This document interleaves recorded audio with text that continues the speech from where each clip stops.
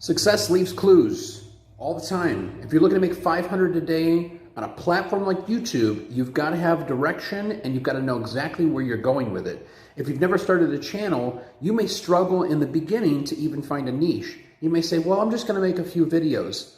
But, in actual reality, even if you start to make a few videos, you also have to know the rules, because on a platform like YouTube, there are certain terms of services that you don't want to get involved in to get your channel shut down. So you don't want to do what a lot of other people do, which I see is take other people's content and then repurpose it and then call it their own. It's an easy way to get shut down. Now, if you do take a content and you're using it in a form of a reaction video, it's a little bit different. But I'm not talking about reaction videos. I'm talking about finding something, a subject that you can work with, that you can essentially keep making videos based upon. Let's just give you, for instance, let's say you wanted to make a channel about Jimmy Buffett. Sure. We love Jimmy Buffett. He's got great music, good restaurants. But can you make a channel just about Jimmy Buffett? Are people really searching for something like that? That's the thing you have to ask yourself. So when you do a search on YouTube, are people looking for things related to that? Now, if you were to do a channel about P. Diddy or Puff Daddy, whatever you want to call him, he is a relevant topic. He is trending. If this thing goes to court, you could essentially have a channel based on that topic. And you could essentially have topics based around other types of topics around that as well. But what I'm saying is you need content that people are going to be searching, looking for, or that YouTube is going to be showing, especially to an audience that is interested in stuff like that. Think of TMZ, right? So if you pick a trending topic, that is one of the easiest ways, and I say one of the easiest ways, to get your channel going. All right, with that being said, let's just show you how you can do that. All right, so let's show you how we can find a working niche by example. And again, this is totally random. Let's just say you're into the idea of paper mache. What I would do is I would go incognito, these three buttons right here, and I'd go to new incognito window. And then I'm going to head to YouTube. The reason why I do it this way is because YouTube has already acquired, the searches that you've been doing previously when you're not incognito. So it knows what you're looking for, it starts showing you things you like. When you go incognito, it's kind of like starting fresh. So what I'll do is I'll take those keywords, that was paper mache, right? And we'll put that in the search, and we'll see what comes up. Let's do a quick search.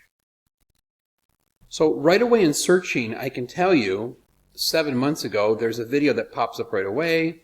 So you can see the how-tos, how to paper mache, DIY paper mache. You can see this is a topic that is being talked about. As far as how much it's being talked about and how much attention it gets, I couldn't tell you.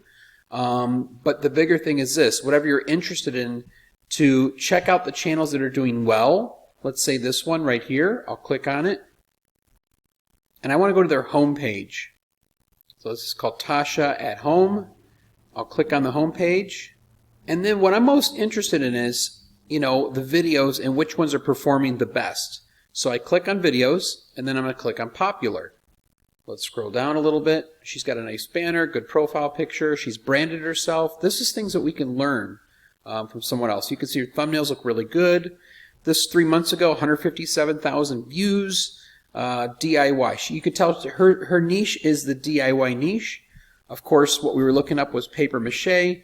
This doesn't necessarily tell us everything that has to do with paper mache, but the initial video was. This just tells you again that there's different ways that you can build upon a niche and you can get inspired by.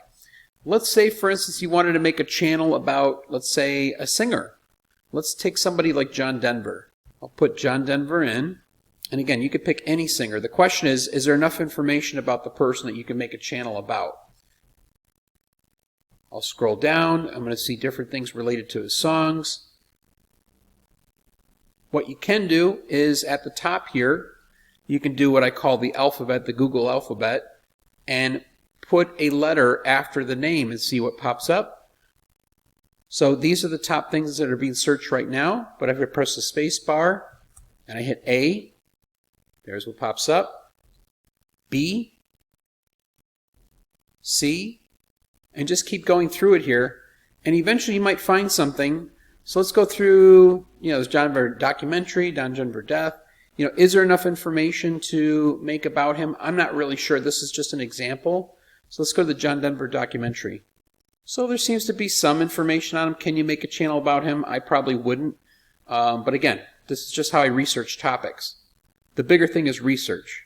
So again, that's just a few different ways that you can figure out what type of niche you want, whether or not there's an audience, and if it's something you want to pursue. Thanks for watching, guys. See you in the next video.